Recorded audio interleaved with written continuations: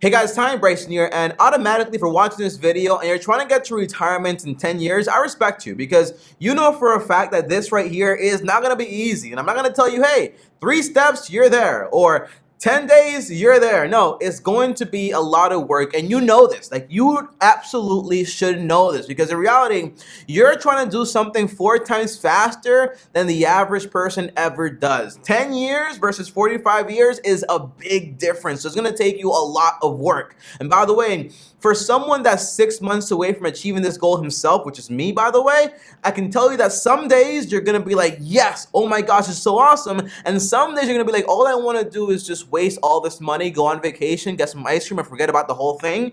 But it is going to be worth it in the end. Trust your boy, because when you look back, and it took me 6 years, not 10, but when I look back at all the sacrifice and I see where I am today, I'm like, yo, this was really worth it. When you have conversations with someone that's basically 60 years old or 70 years old, and they're like, Tommy, I don't have what you have, it's like, it was worth it. The sacrifice is basically worth it to be in the position that I am today, and it's going to be worth it for you. And by the way, I'm not special. I'm not special looking, obviously. I'm not that pretty, you know what I'm saying? But the point is, you don't have to be special. You are able to do that, and it's what I like about money. Money doesn't care what you are. Money is just money, and it doesn't matter, all right? Now, as always, guys, do me a favor and smash the like button on top of that. Also, subscribe to the channel and hit the bell so you're notified. Now, the very first thing I gotta say is this. I want you to do me a favor. I want you to forget about this. Not money per se, but I want you to forget about that imaginary number we all have in our heads. And in our heads, we all have this number, and it's usually 1 million. When I get to $1 million, I am gonna be so well off. And in reality, you don't need $1 million to actually retire. And when most people say, Tommy, I wanna be a millionaire, what they really mean is I want to spend $1 million. I want to get a Lamborghini, I want to get a big mansion, and I want to get me a hot wife. And what they really mean behind those words and material and badges is basically, I want to have security, I want to have safety, I want to be loved. This is the real emotion behind what you say you want, and the material does not get you those things. I try seeking those things in some of those places.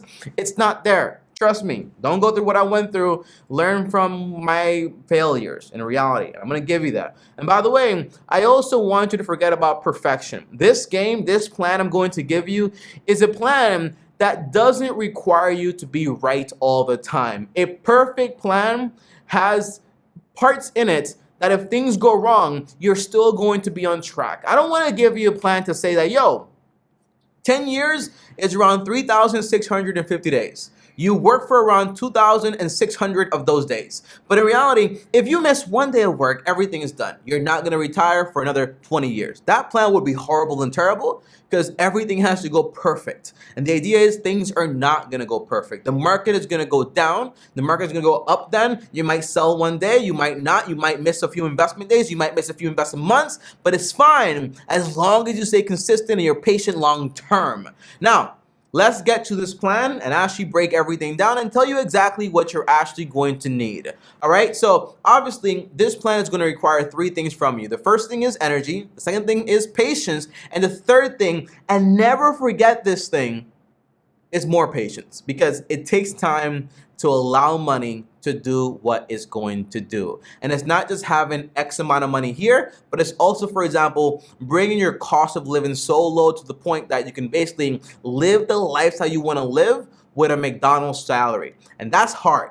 That's difficult, but it's very possible. So the very first thing you got to do is, I call it the ultimate sacrifice, and it's called a bare bone budget with a 5 to 10% exclusion for wants. Let me explain that because it is a lot of stuff in one sentence. And what it basically means is a bare bone budget is a budget that involves 4 categories. You have, for example, shelter, utilities, groceries, and transportation. Notice here, all this stuff right here is usually non-negotiable. You are going to need to eat. You are going to need to travel. I hate this chair, okay? But you are going to need to have all of these things and have somewhere to actually live.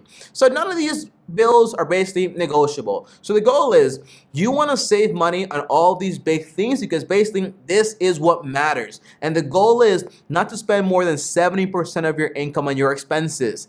80% is pushing it and 90% is not even close to what you should be spending, okay? So if shelter, make sure it's no more than a third of what you actually make. Utilities, cut the bills you don't need. Cable, who has cable these days? Fortune subscriptions, cancel them. When it comes to groceries, stop spending $500 a month, spend $200 a month, and go on a meal plan, go on meal preparations, go on YouTube, get a cookbook, just figure it out. And then last, transportation, don't buy the new car, don't buy that car or this car, buy a used vehicle you can basically afford. That is the key. If you lower these bills, you'll have a bunch of extra money left over to do what we need to do with it to actually get you to retirement in 10 years. That's the idea. And the extra 5 to 10% is basically for that Starbucks coffee that you want, for that going out once a week, for that this and that. So this way, the whole goal is you could get to your goal a little bit faster if you don't do those things, but the likelihood of you messing up midway is going to be a lot higher. Because by me having this extreme goal to get to something in 10 years, it takes somebody 45 years, by me being able to just say, hey, today I feel like getting me some Starbucks, or today I feel like buying me some extra avocados at the grocery store and not freaking out, those things matter and it makes the whole journey a lot more smoother. So have some extra money on the side you set aside every time you get paid, just 5 to 10% that you say, hey, this money is just for having fun, to spend money on some wants. That's it, 5 to 10%. For me, because I'm crazy and I was very extreme, it was 1%. All right, but I'm crazy, I'm extreme, and I got there in 6 years, but that's not for everyone, okay? It might be for you, but it's not for everyone. Now, here's the next step. With all the extra money you have, what you want to do is you want to go ahead. If you're spending money on your bills, okay, whatever money is left over, you want to use that to basically shed all the debt weight. As far as, for example, debt. So if you have, for example, any credit card debt, personal loan debt, student loan debt, all the debt except the mortgage, you want to pay those things off. It's kind of like you're trying to get to a goal, but you have all these things holding you back and you got to pay this, got to pay that, got to pay this. Once you pay all those things off and nobody's charging you interest, the journey becomes a lot more easier because now you have more income to be able to put into your investments and do everything else you need to do. By the way, I should include this and make this very obvious that if you are married and you do have kids, obviously it's going to require more sacrifice and ingenuity. What's that word I'm looking for? Ingenuity? Ingenuity? Ingenuity is the word I'm looking for. It's going to require more of that, more finesse, okay? You can call it that. And if your wife or your husband is not on the same page as you, it's going to be like rowing a boat where one person wants to go left, the other person wants to go right. It's not going to happen. You're not going to move anywhere. So it's very important that you are on the same page. It's not a one-person plan when there are two people on the ship. I did it on my own because basically it was just me. But with two people, you need to be on the same page, obviously, all right? So it's very important. So once you're debt-free, what do you do with the rest of the money? And by the way, how do you pay off your debts? You use the Avalanche Method. Pause the video. Get a notebook, write this down. The Avalanche Method basically means you pay the debt with the highest interest rate first. So if you have a credit card that charges you 25% and your student loans are only like 5%, you pay the credit card off because it's charging you so much money first. You pay the debt with the highest APR, the balance does not matter. This way you save money automatically, all right? Mathematically, it works, it makes sense. So the extra money, you put it towards that. And by having money for fun, you won't be like, okay, I gotta spend some. No, you have money for fun, especially for fun, and then your expenses are basically covered. Now, once you are debt-free, this might take you 1 year, might take you 2 years, might take you 3 years, might take you 4 years, might take you 5 years. It all depends, but this is basically worth it. And by the way, this plan is for 10 years, but obviously, if you're coming into this plan with a $500,000 student loan debts and you lost your job, you're not going to get there in 10 years. So be realistic as you watch this video, but I do guarantee you, you're going to get there a lot sooner than 45 years, like the average person that basically gets there and still doesn't have enough money for retirement. So that's a good thing. Now, second thing you want to do is basically, with all the extra money, once you're debt free, you want to grab that money and put it into your emergency account. I know I haven't said anything about investing money into the stock market for a reason. Because what's the whole point of investing money into the stock market? You get into a car accident, somebody passes away in your family, you break a leg, something crazy happens, your car breaks down. What happens now is you need to dip into your investments or pause everything to handle your emergencies, or you lose your job, right? So by having this money there first, that way you don't have to worry. Now, a quick way to figure out how much money you need monthly for your emergency fund is basically just take your bare bone budget, how much money you require for the month, multiply that by 3, that gives you 3 months. Multiply by 6, that gives you 6 months. If you have a very intense job that you don't know what's going to happen tomorrow, 12 months is extreme, but it is okay. It's acceptable. Anything beyond that, like 18 months, 24 months, gets a little bit more crazy. But 3 months is fine. 6 months is fine. Now, obviously, it's going to take you 3 to 6 months to save up that much money and have it aside, because the average person, remember, you're doing something that the average person isn't going to be able to do. So having 3 months worth of expenses in there, the average person doesn't have $1,000 to cover an emergency. So you're going to be like already so ahead of people. So compare yourself to yourself. Don't compare yourself to the Instagram person that's $1 million. No, compare yourself to yourself and see the progress you are making. Now, once you're done paying off the debts, saving up for emergencies, one at a time, not together at the same time, all right? What you want to do next is basically you want to start investing. And here's where the investing comes into play. Now, you only invest 10 to 20% into the stock market. The stock market, the way I see it is very simple. You are investing, if you invest this way, into our economy. You are investing into businesses that are located usually in America or outside of America. So whenever you grab $1 or more than $1 and you put it into a company, you're putting money into a company, you are part owner of it. Now, the way I would invest my money if it's for retirement, and I don't want to spend hours and hours studying companies and investments, I would basically invest my money into index funds. Index funds are a special type of mutual fund that basically allow you to have your money put into this bucket of investments that basically just tracks the overall market and doesn't try to beat it or do anything crazy. So by doing it this way, guess what? You have lower fees, and over time, your money grows according to the history. You can expect to make anywhere from 8 to 12% on average, which is not bad at all. And if you're wondering, Tommy, well, should I do that? The answer is that's what I do, right? That's exactly what I do. 99% of my money is into index funds and also ETFs, which are basically exchange traded funds that are just basically the ones I invest into, just the exchange traded fund versions of those index funds that are basically in the market. But not to confuse you, because it might sound like a lot, the answer is I would open up a Roth IRA today, go into M1 Finance, and if you want to copy over my portfolio into yours, the link is down below. Now, my portfolio is simple. I invest into the U.S. economy, I invest into the small companies in the U.S., I invest into the large economy outside of the U.S. I invest into the real estate market also, and I also invest into emerging companies outside of the U.S., which are basically risky but have potential for growth, all right? So by investing this way, picture this, okay? How can Tommy lose money, all his money? Well, the U.S. has to go down, new companies have to go down, the world economy has to shut down, and the emerging economy has to go down, and also real estate has to go down. Basically, the world has to end for me to lose everything. That's why I invest the way I invest, because this way I have less risk. Now, I only put 20%, but the answer is you can do between 10 to 20%. Why a Roth IRA? Again, take a notebook and write this down. The reason you do a Roth is because a Roth is an after-tax investment account for retirement. It's an individual retirement account, right? But overall, when you open up the account, you still have to pick the investments. Don't just put money in there and be like, it's invested. No, you got to pick the investments in there, all right? And once you pick them, your money is going to grow 100% tax-free. And that way, when you have $1 million in there, that $1 million is yours. But if you have $1 million in a retirement account that's pre-tax, you have to pay like $300,000 in taxes, okay? So that's not what you want. Roth IRA is the way to go. Now, there is an exception here. If your company is giving you free money to invest with them, obviously, you don't leave free money on the table, obviously, right? Even though it has fees, even though it's not the same investments, you are still getting paid money to invest with them. So if you lose money, it doesn't matter, right?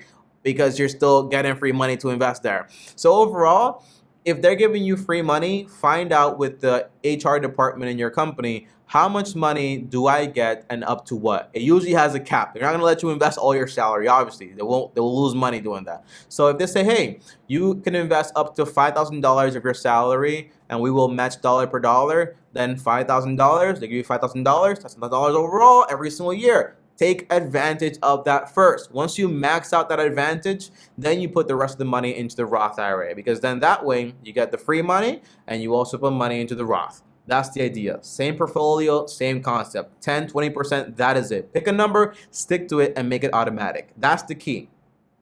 That's the key. Now, you're investing. But then with the rest of the money you have left over, you should grab that money and save it up for a down payment for a home. If you already have a home, your goal should be to basically pay off the home as fast as possible. Now, here's the thing. A home is not an investment, and I'm going to tell you this, and it makes sense. Now, I just bought this home right here. Is this an investment? Well, in reality, it kind of is, right? Because this home is going to appreciate in value, and in 20, 30 years, it's going to be worth more. I own this home. It's paid off. But the idea is that every single year, what do I have here? I have insurance to pay. That's a part of the cost. I have taxes to pay. Not here because I'm exempt. But there's a whole bunch of costs associated, like maintenance and stuff like that, and like repairs and remodeling. Once you equate and you actually include all the expenses into your growth, it basically evaporates. So the investment is basically gone. But what does this give me is security. By having this home paid off, what do I have? I have my cost of living go down by so much. That's why your goal should be to own the home. As an investment, but it's basically as security. And don't think that you have to buy the best home ever. No, buy a home you like, you're going to be comfortable in, and you can grow your family into it. That's the idea, because the average person switches home around every 5 years, but you don't want to be average. You want to stick to your home for a long time so you can actually build wealth. That's the idea, okay? Now, here's the rule I follow when it comes to buying a home. Again, pen and paper, write this down. This is very important. You're not going to hear this anywhere else. You want to use something called the 33% rule. 33% rule on a 15-year mortgage, putting down at least 10 to 20% on the down payment. Everything is in the title, really, but I'm going to tell you to you anyways, okay? So the idea is don't spend more than 33% of your monthly income on this property, including all the expenses associated with the property. So that means taxes, insurance, mortgage, HOA, and maintenance. So if all of the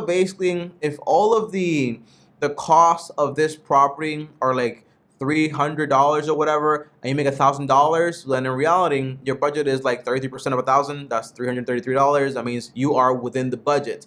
But if you're buying a home where, hey, it's $500 per month, right? And you have $1,000 salary, that's half. So that's not within the budget. So you only want to have 30% on a 15-year mortgage. Why do you want to do this? Because one is going to limit you on the amount of house you can buy. Because if you're doing it at half the time, you can't afford to buy a bigger, more expensive house.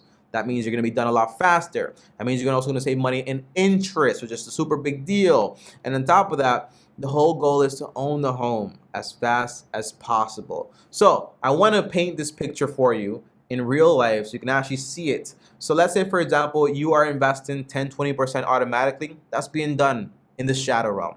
Then on top of that, you have, for example, your home that you actually own. You bought it the right way. What do you have left over, right? You have left over some extra money. With that extra money, what you want to do is you want to make extra payments towards the mortgage with all the extra money you have left over. By doing this, you're going to be done a lot faster. So let's say you're putting in an extra $500 towards your mortgage. The answer is, by doing that, you'll be done with your mortgage maybe in 5 years earlier, or 3 years earlier, or 2 years earlier. If I did the math, and some people can actually finish this mortgage in like 8 to 7 years, which is a big deal, because again, you're doing something that takes the average person 30 years, and you're doing it a lot faster by limiting yourself in this way. Operating in a way where you are being responsible is a very big deal. It's also pretty cool. So I want you to picture this.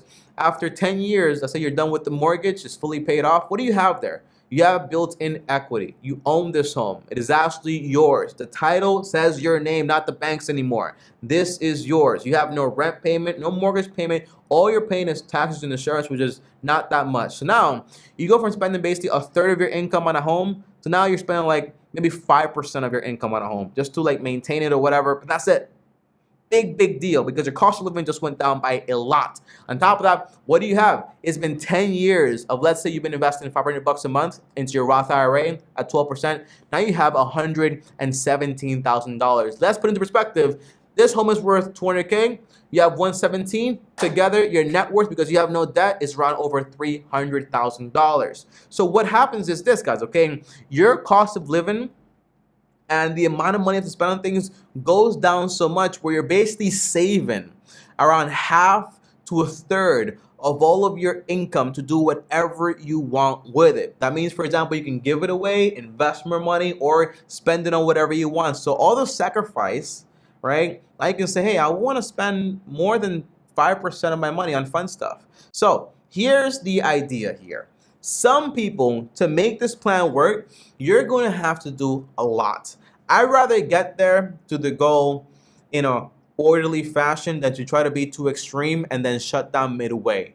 You know what I mean? Because you might say, like, I'm going to do this super fast, super quickly. I'm going to get a side hustle. I'm going to get another job. I'm going to do this. And then like 6 months later, you're burnt out and you're basically back to your old habits. It's a lot better to say, I'm going to go a little slower. Instead of 10 years, I might do it in 12 years or 15 years, but you're still going to get there a lot faster. But 10 years is not impossible. It's ideal, and it's just hard enough where it's like difficult, but it is a worthy challenge if you're willing to undertake it.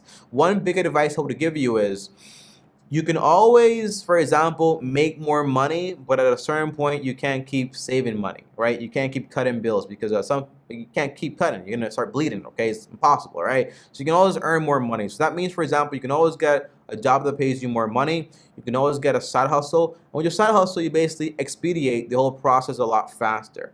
So that's the idea.